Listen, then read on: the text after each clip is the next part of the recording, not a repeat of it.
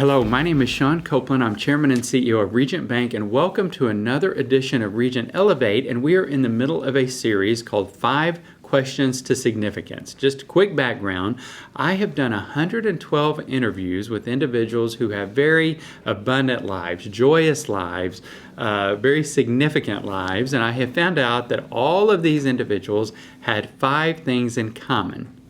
And we're reducing those down to 5 questions we ask ourselves before we start every day. So the first one was, am I focused more on others than I am on myself? Because we learned that these individuals were all givers. Now, question number 2, I want to start with the story, and then I'll share with you the question. And the story is told by Harvey Mackay, a very famous author and speaker, and it is about a trip that he took to New Jersey. He flies into Newark, New Jersey. He gets off the plane, goes to the baggage claim, goes outside to grab a taxi cab, and this was before Uber, and he was going to drive down to a meeting that he had in downtown Newark. So he's drawn to an individual on the far right-hand side who has a really clean taxi. He looks really sharp, white starched shirt, black slacks, looks like $1 million. And so he walks up to this individual to ride with him. The gentleman hands him, first of all, he reaches out his hand and he says, "Hello, my name is Wally. Will you be traveling with me today?" Harvey says yes. Wally reaches out and hands him a laminated mission statement that says, "My mission is to provide you with the best transportation experience in the state of New Jersey at the most reasonable cost." Pretty cool. So Harvey's like, man, that's a first. So he gives the guy his bags. Wally puts him in the back of his cab. They get in, and Wally says, "Mr. Harvey, where are you headed today?" And he told him where. He said, "What time's your meeting?" He told him. And Wally said, "We have plenty of time." He said, "You have 2 hours till your meeting. It's about a 40-minute cab ride, so we have a lot of time. Can I ask you just a few questions before you get started?" And so Harvey thought that was a little bit odd, but he says, sure. So first of all, he asked him the question, would you like something to drink? He said, "I have a series of beverages here for your enjoyment, water, tea, coffee, pop." We don't know where he was keeping all this stuff, but he had it. He asked Harvey, "Would you like something to drink?" And Harvey said, "Sure, I'd love a bottle of water." So he reaches down, grabs a bottle of water, says, "Here you go, ice cold, always ice cold." Then he said, "Would you like a periodical to read, reading material on your way?" He said, "I have USA Today, Sports Illustrated, Wall Street Journal. Would you like to read on your way?" These were before the days of Kindle or iBooks.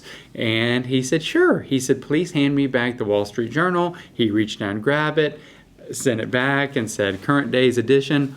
Always current day's edition. And then finally, now again, this is before iTunes, he said, "I also have a musical selection here for your enjoyment. Would you like jazz, classical, country, pop? What kind of music would you like?" And so Harvey thought, well, I'll just complete the full experience and let's turn on some classical music.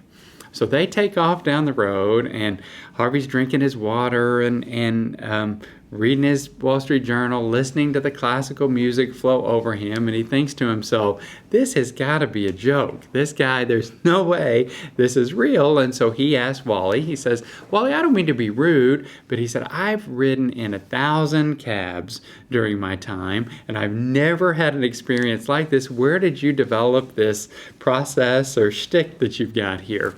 So Wally basically told him his story. Wally was an immigrant. His father had come over from India. His father was a cab driver. Wally did not want to be a cab driver. He hated it. People treated him poorly, talked down to him, treated him like he was invisible. He tried all kinds of other options for getting a job, and he just couldn't land anything. So he ended up being a cab driver. Well, he had a passenger one day that was paraplegic, and the individual had such an amazing attitude, even though he was helped in and out of the taxi, and it really was a game changer for Wally's mindset. So he made a decision that if this gentleman could be happy, he could be happy. And so he set a goal that he was going to become the best cab driver. In fact, he wanted to own the largest transportation service in the state of New Jersey. So he started asking his clients for feedback, what was important to them. And so some of them just wanted to be left alone, some of them wanted something to drink, something to read, some of them wanted music.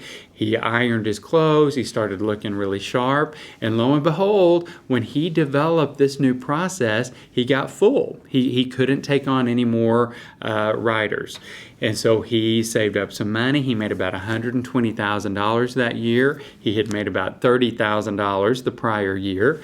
He saved some money, bought a car, trained a new driver, got that car paid off, same thing, did it again, and now this individual owns the largest transportation company in the state of New Jersey. This is a true story. So why do I share this story with you? And it is because our second question is that we have to develop a very clear vision of who we want to be. The best people that I know, they know what they want out of life. It may be to be a corporate CEO. It might be to be the best father or grandfather on the planet. It might be to give back to the community, but they're very, very specific and conscious about what they are striving toward. So question number 2 that I leave you with today is, do I have a clear vision of who I want to be? Please join us next week, and we will jump into question to significance number 3. Thank you.